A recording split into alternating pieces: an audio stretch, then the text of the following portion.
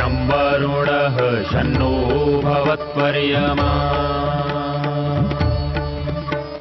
शन्न इन्द्रो बृहस्पतिः शन्नो विष्णुरुक्रमः ॐ शान्ति शान्ति शान्तिः।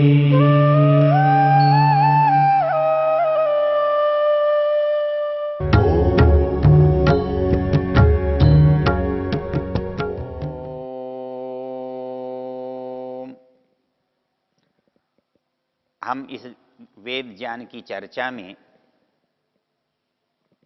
ऋग्वेद के ज्ञान सूक्त की चर्चा कर रहे हैं और इस सूक्त का ऋषि बृहस्पति है, जो ज्ञान का अधिष्ठाता है, ज्ञान का आचार्य है, वाणी का स्वामी है और इसका देवता ज्ञान है। अर्थात इसमें जो भी बताया गया है वो ज्ञान को लेकर के बताया गया है।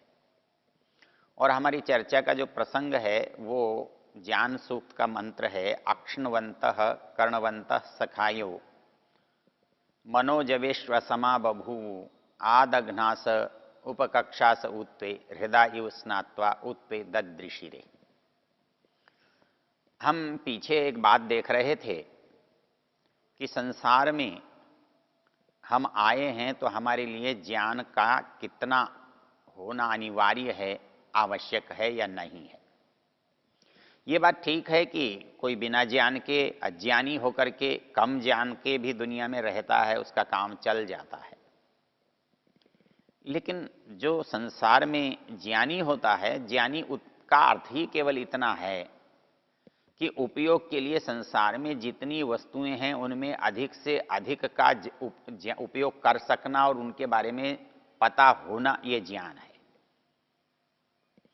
अर्थात ज्ञान के अधिक होने का मतलब संसार की वस्तुओं का अधिक उपयोग कर सकने का सामर्थ्य पाना, इतना ही ज्ञान है। तो इसलिए संसार में कोई वस्तु है तो उसको जानना तो पड़ेगा ही, उसका उपयोग करना है, उपयोग में उसको लाना है तो उसके बारे में पता तो करना होगा। और या तो हम किसी से सुन के पता करते हैं या उसको देख करके, उसके बारे में पढ़ करके पता करते हैं। इसलिए हमारे यहाँ ज्ञान के लिए बहुत प्रयत्न करने का विधान है और बहुत महत्व भी दिया गया है।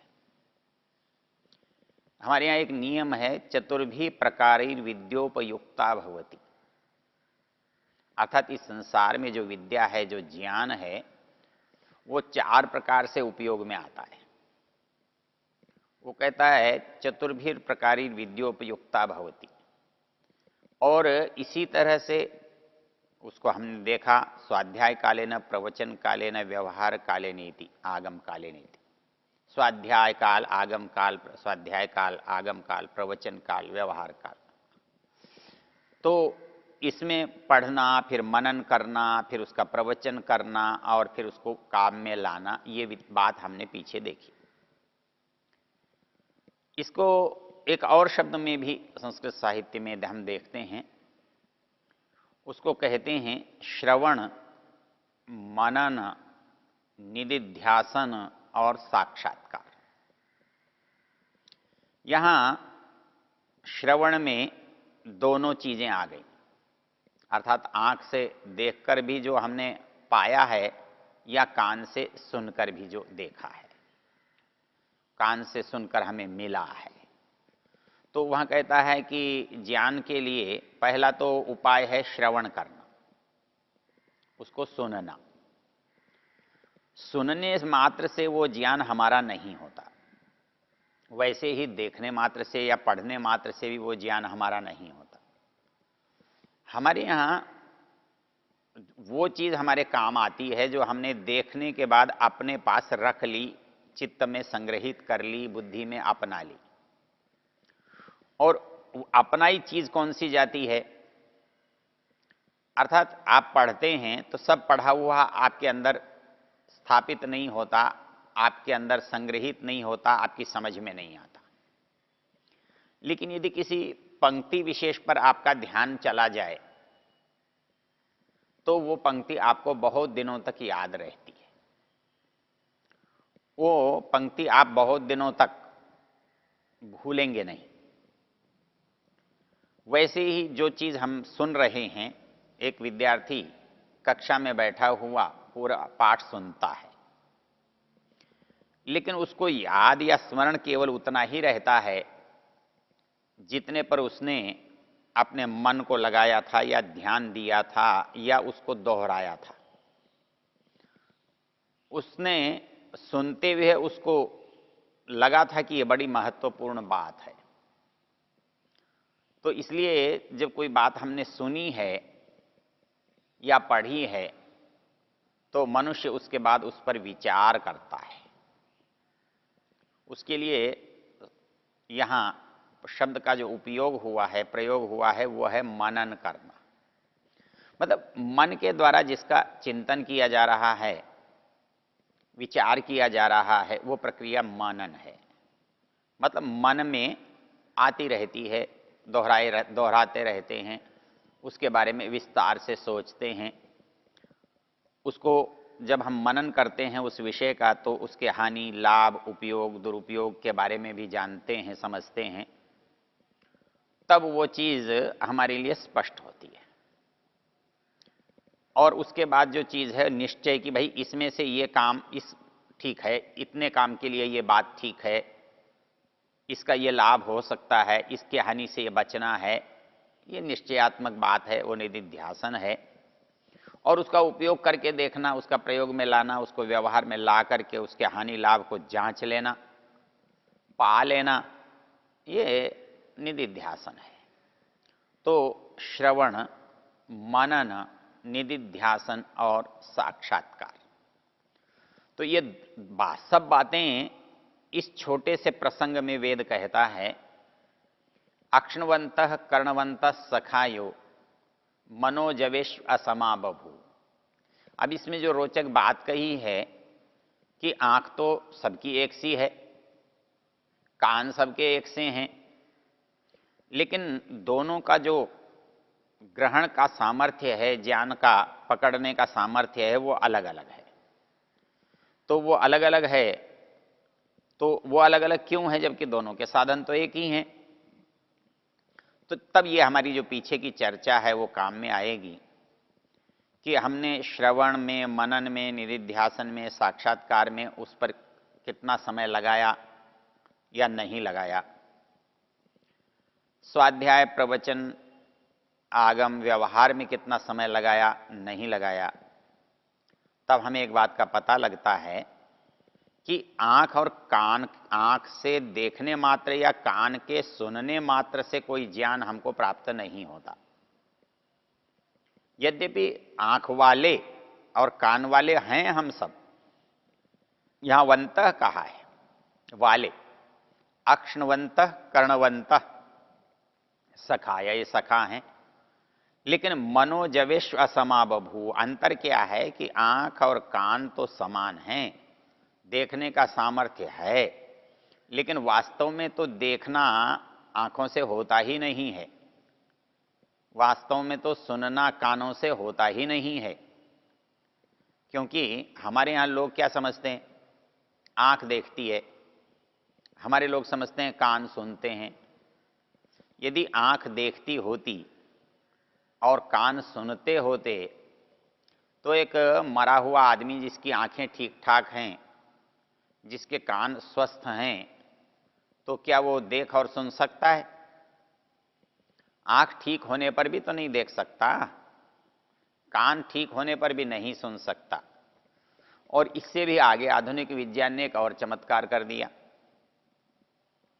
कि हमारी आंख ठीक है, इसका सबसे बड़ा प्रमाण क्या कि हम एक शव की, एक मुर्दे की, एक मरे हुए व्यक्ति की आंख निकाल करके एक न देखने वाले व्यक्ति के अंदर आरोपित कर देते हैं, प्रत्यारोपित कर देते हैं, तो वह व्यक्ति उस आंख से देखने लगता है। अब देखने और जानने की बात क्या है कि इसका मतलब आंख तो देखने में समर्थ थी, तो फिर मुर्दे से क्यों नहीं दिखाई दे रहा था? मरा हुआ आदमी क्यों नहीं देख पा रहा था, तब पता लगता है कि आंख देखने का साधन है, स्वयं आंख दृष्टा नहीं है, कर्तृत्व तो इसके अंदर नहीं है, इसलिए ये कभी स्वयं नहीं देख पाएगी। इसी तरह से कान कभी भी स्वयं नहीं सुन पाएंगे। तो जो अंतर आता है ना, अक्षणवंत कर्णवंत सखायो, अरे कितना भी अच्छा चश्मा हो, यदि देखने में आंख ही कमजोर है, उसके सामर्थ्य में कमी है, तो वो एक अंश तक ही हम पूरी कर सकते हैं, उससे आगे पूरी नहीं हो सकती। तो इसलिए यहां पर जो बात कही गई है वो अक्षणवंत कर्णवंत सखाय समान आंखों वाले होने के बाद भी वो कहता है मनोजवे श्वसमा बभू, उसका जो मानसिक पकड़ है, मानसिक बुद्धि इसे ग्रहण करने का जो सामर्थ्य है, वो तो हम का सबका समान नहीं होता, क्योंकि सबका ध्यान पढ़ाई में नहीं होता, सबके लिए बुद्धि सी समझ बराबर नहीं होती। हमारे लिए जो मानसिक विकास है वो सबका बराबर नहीं होता।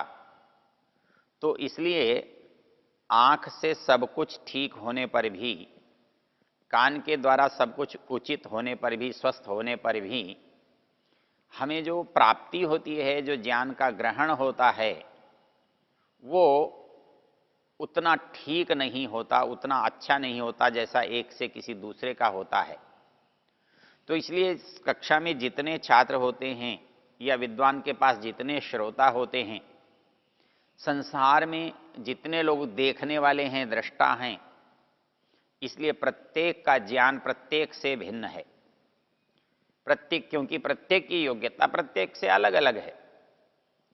इसलिए जो वेद मुख्य बात कह रहा है कि अक्षणवंत कर्णवंत सखायो मनोजवेश्वसमा बभू, जो हमारे ज्ञान का अंतर आ रहा है ग्रहण में, विवेचन में, व्यवहार में लाने में, स्मृति में, उसका कारण हमारी आंख या कान नहीं है, क्योंकि इनके द्वारा प्राप्त होता है, ये प्राप्त करता नहीं है। कान स्वयं श्रोता नहीं है और आंख स्वयं दृष्टा नहीं है। तो इसलिए कि इनको याद रहे ये संभव नहीं है, क्योंकि ये साधन होने के नाते जड़ हैं। इसलिए ये दूसरे के बारे में तो विचार करते हैं, दूसरे के बारे में देखते हैं, दूसरी वस्तु को जानते पहचानते हैं, इन्हें अपना बोध थोड़ा ही होता है। इसलिए इनका जो सामर्थ्य है वो इनकी अपेक्षा से मन में और मन की अपेक्षा से आत्मा में विद्यमान है, क्योंकि कर्तृत्व जो है मूल रूप में आत्मा के पास है। लेकिन इंद्रियों से अधिक सामर्थ्य जो है वो मन के पास है। इसलिए इंद्रियों से जो प्राप्त ज्ञान है वो आत्मा तक उतना पहुंचा क्या जितना इंद्रियों को प्राप्त था? तो पता लगा नहीं, उतना नहीं पहुंचा। क्यों नहीं पहुंचा? क्या इंद्रियों ने प्राप्त नहीं किया या इंद्रियों के सामने उपस्थित नहीं था? प्रवचन देने वाले ने पूरा प्रवचन दिया और सुनने वाले श्रोता ने पूरा प्रवचन सुना। पुस्तक देखने वाले, पढ़ने वाले ने पूरी पुस्तक को पढ़ा और पूरी पुस्तक को पढ़कर उसे जाना। लेकिन अंतर कहाँ आया?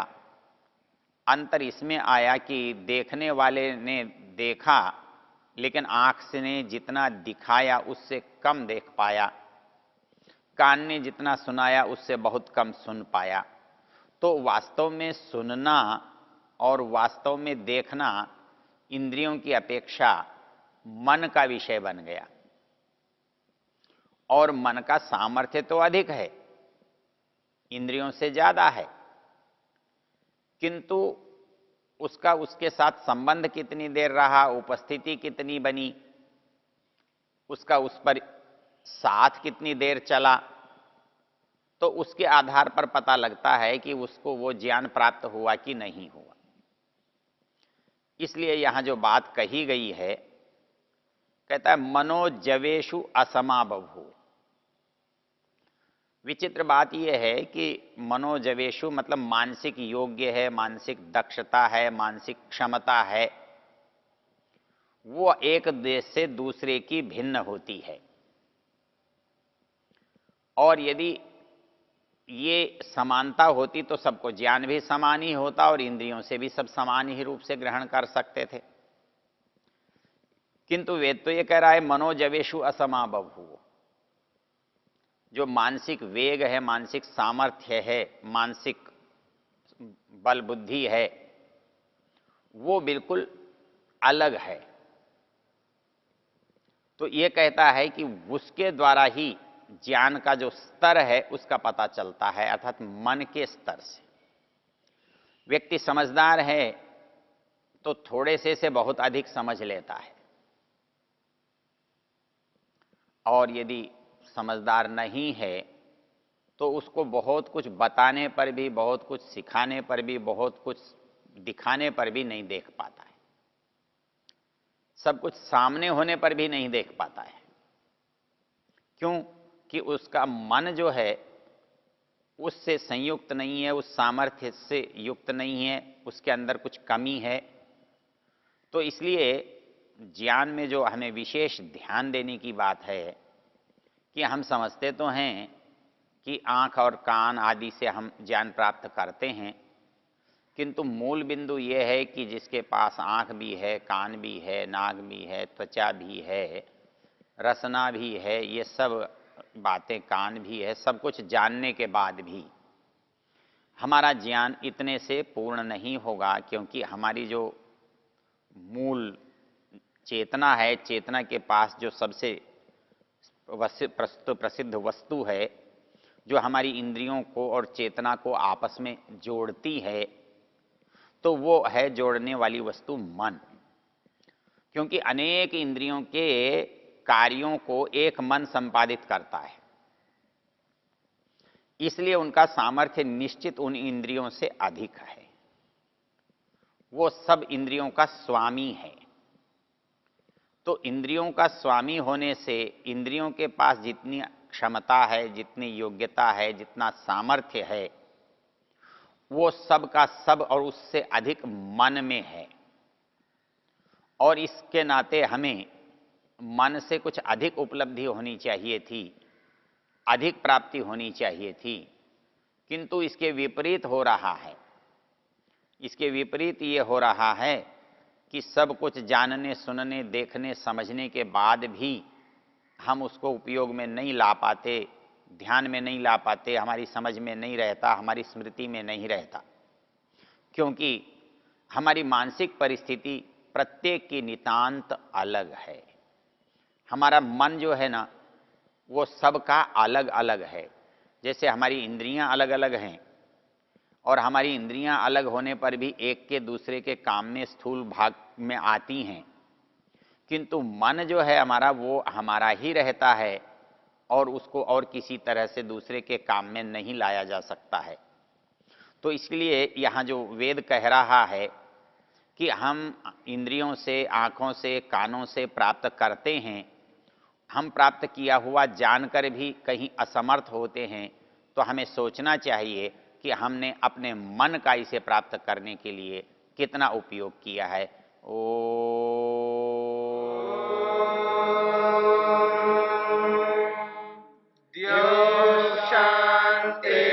शांतिरंतरिक्षं शांतिर्पृथिवी शांतिरापः शांतिरोषधयः शांतिः वनस्पतयः शांतिर्विश्वे देवा शांतिर्ब्रह्म शांति सर्वं शांति शांतिरेव शांति क्षमा शांतिरेव